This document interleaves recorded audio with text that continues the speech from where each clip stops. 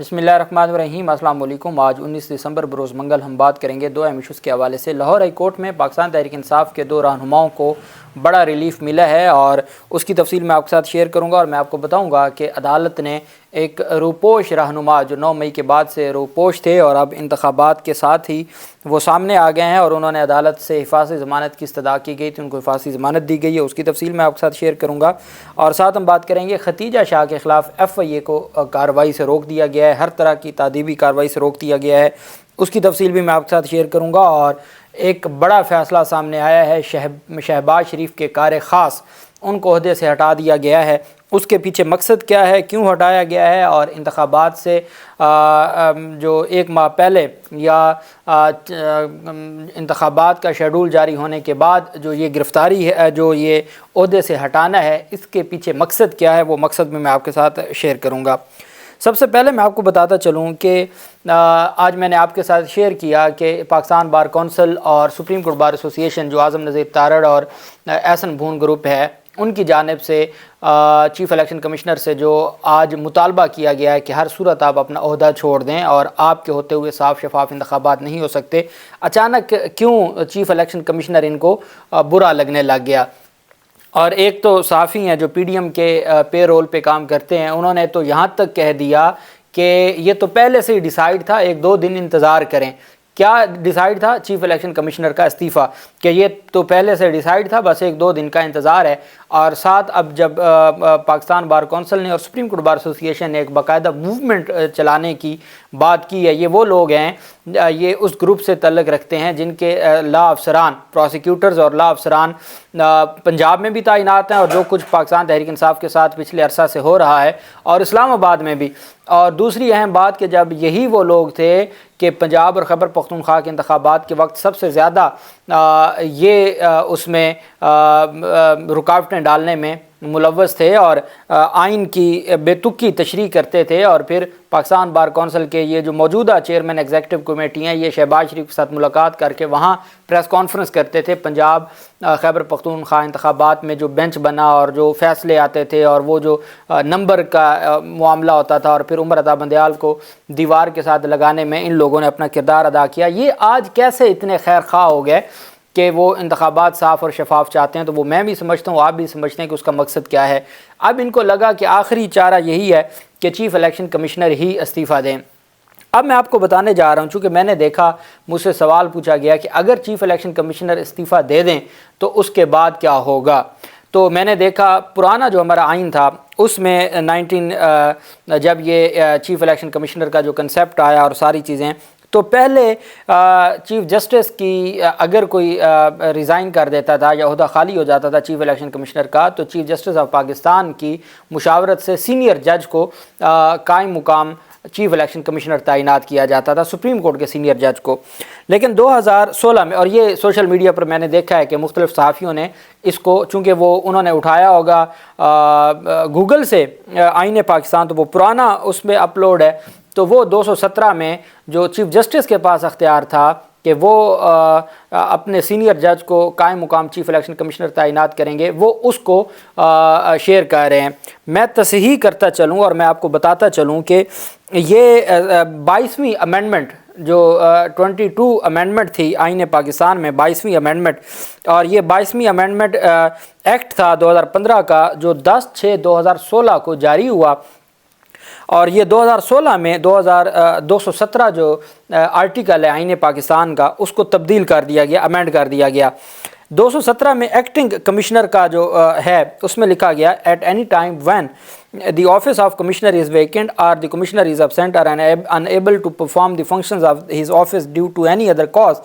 the most senior member in age of the members of election commission، کہ commission میں سے ہی جو 4 بقیہ بچ جائیں گے، ان میں سے جو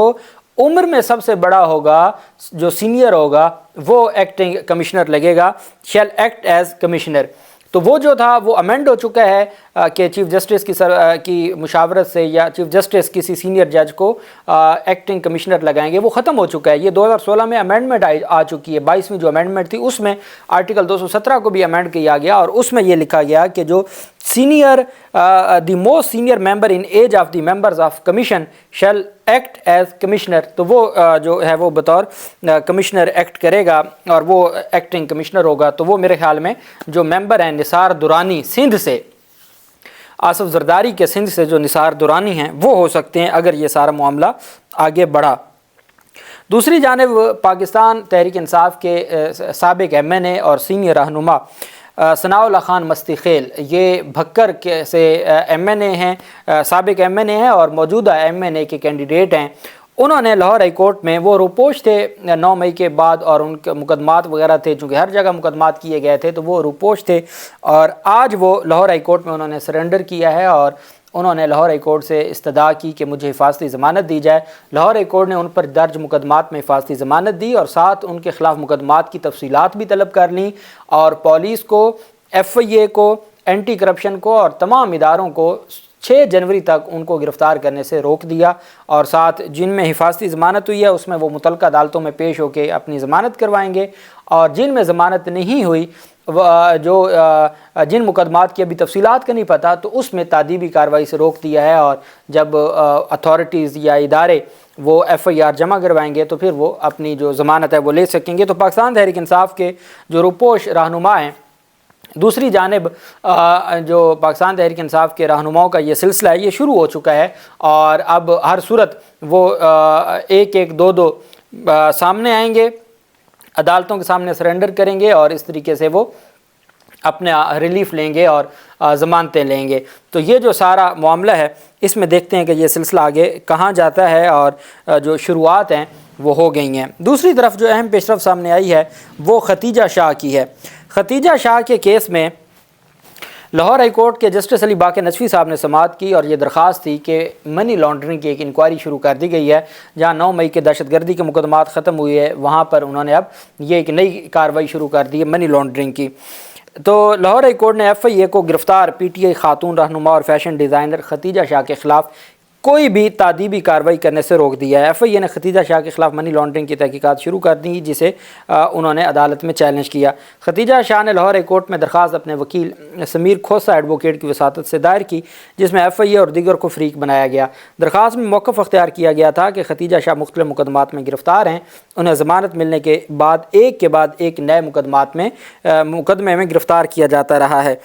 درخواست میں کہا گیا کہ ایف آئی اے نے منی لانڈرنگ کی انکوائری بدنیتی کی بنیاد پر شروع کی ہے۔ ادارے نے منی لانڈرنگ کی انکوائری قانون کے برعکس شروع کی۔ ختیجہ شاہ نے عدالت سے استدعا کی کہ منی لانڈرنگ کی انکوائری غیر قانونی قرار دینے کا حکم دیا جائے، جس پر لاہور ہائی کورٹ میں آج سماعت ہوئی۔ ختیجہ شاہ کے وکیل سمیر کھوسہ نے عدالت کو بتایا کہ ایف آئی اے کے حوالے سے کوئی شکایت موصول نہیں ہوئی، یہ کوئی ایف آئی آر نہیں ہے، انکوائری ہے، یہ ایک سو موٹو انکوائری ہے۔ وکیل سمیر کھوسہ نے کہا کہ کوئی بھی انکوائری کسی معلومات کی بنیاد پر ہوتی ہے، اس انکوائری میں 5 ایسی چیزیں ہیں جو روٹین سے ہٹ کر ہیں۔ انہوں نے بتایا کہ کوئی بھی شکایت کرنے والا سامنے نہیں آیا۔ ختیجہ شاہ کو 4 مقدمات میں ضمانت ملی، پھر ایم پی او میں گرفتار کر لیا گیا، پھر انہیں کوئٹہ لے گئے۔ وکیل سمیر کھوسہ نے استدعا کی کہ ہماری درخواست ہے کہ آپ اس انکوائری پر وقتی طور پر اسٹیٹ دیں۔ انہوں نے مزید استدعا کی کہ فریقین کو ختیجہ شاہ کی دوبارہ حراست سے بھی روکا جائے۔ عدالت نے ایف آئی اے کو تعدیبی کارروائی سے روکتے ہوئے کیس کی سماعت 22 دسمبر تک ملتوی کر دی۔ یہ وہ عدالتیں ہیں جنہوں نے 50 روپے کے اسٹامپ پہ نواز شریف کو باہر بھیجا تھا، اور 4 سال تک وہ انٹرم ریلیف دے کے، انٹرم اپلیکیشن جو تھی ریلیف کی اپلیکیشن، مین کیس 4 سال سماعت کے لیے مقرر ہی نہیں کیا، اور اگر یہاں پر پاکستان تحریک انصاف کے لوگوں کو عارضی ریلیف مل جائے تو پھر 2-2 4-4 دن کی 3-3 دن کی تاریخیں کر کے تاکہ یہ معاملہ جو ہے وہ وائنڈ اپ ہو۔ دوسری جانب بہت بڑی ڈیولپمنٹ سامنے آئی ہے، اور وہ پاکستان مسلم لیگ نون کے صدر شہباز شریف کے کار خاص احد چیمہ کو عہدے سے ہٹانے کا حکم جاری کر دیا ہے۔ میں نے آپ کو بتایا تھا کہ آج ان کا جو فیصلہ محفوظ ہوا تھا، ایک احد چیمہ ہے اور ایک فواد حسن فواد ہے۔ فواد حسن فواد کو 21 دسمبر کو فیصلہ سنایا جائے گا، اور احد چیمہ کا آج فیصلہ سنایا گیا ہے۔ 4 مہینے تک وہ نگران کابینہ کے ممبر رہے، اور وہ شہباز شریف کے دور میں نگران کابینہ میں تھے، اور جب یہ نگران حکومت آئی تو اس کے ساتھ بھی اس کو کنٹینیو رکھا گیا، اور اس پر یہ درخواست دائر کی گئی تھی۔ اور آج الیکشن کمیشن نے ان کو عہدے سے ہٹا دیا اور انہوں نے کہا جی کہ احد چیمہ انتخابات پر اثر انداز ہو سکتے ہیں، اس لیے انہیں فوری طور پر مشیر کے عہدے سے الگ کیا جائے۔ الیکشن کمیشن آف پاکستان کے فیصلے میں کہا گیا کہ الیکشن کمیشن وزیر اعظم کے ایک اور مشیر فواد حسن فواد سے متعلق درخواست پر 21 دسمبر کو فیصلہ سنائے گا۔ انتخابات کے لیے نگران وفاقی وزراء کو ہٹانے کی درخواست پر الیکشن کمیشن کی ڈپٹی ڈائریکٹر لاء نے مختصر فیصلہ پڑھ کے سنایا، جس میں سیکرٹری کابینہ ڈویژن کو احد چیمہ کو عہدے سے ہٹانے کا حکم دیا گیا۔ اب اس میں اہم جو پیش رفت ہے وہ یہ ہے کہ اس پر ایک سٹوری ہے جو رؤف کلاسرا کی جانب سے کی جا رہی تھی۔ رؤف کلاسرا نے بتایا تھا کہ یہ کیوں عہدے سے، چونکہ نگران کابینہ نے اپنے اثاثوں کی تفصیلات الیکشن کمیشن میں جمع کروانی ہوتی ہے۔ احد چیمہ اور فواد حسن فواد یہ پہلے دو بیوروکریٹس ہیں جن کو جو نون لیگ کی حکومت میں 2017 میں گرفتار کیا گیا تھا اور اس پر پھر بیوروکریسی نے قلم چھوڑ ہڑتال کی تھی، جن کو اب آ کے کلین چٹ ملی ہے اور NRO دیا گیا ہے نیب کی جانب سے۔ اب رؤف کلاسرا کہتے ہیں کہ ان کے اثاثے قارون کی دولت کی طرح تھے، یہ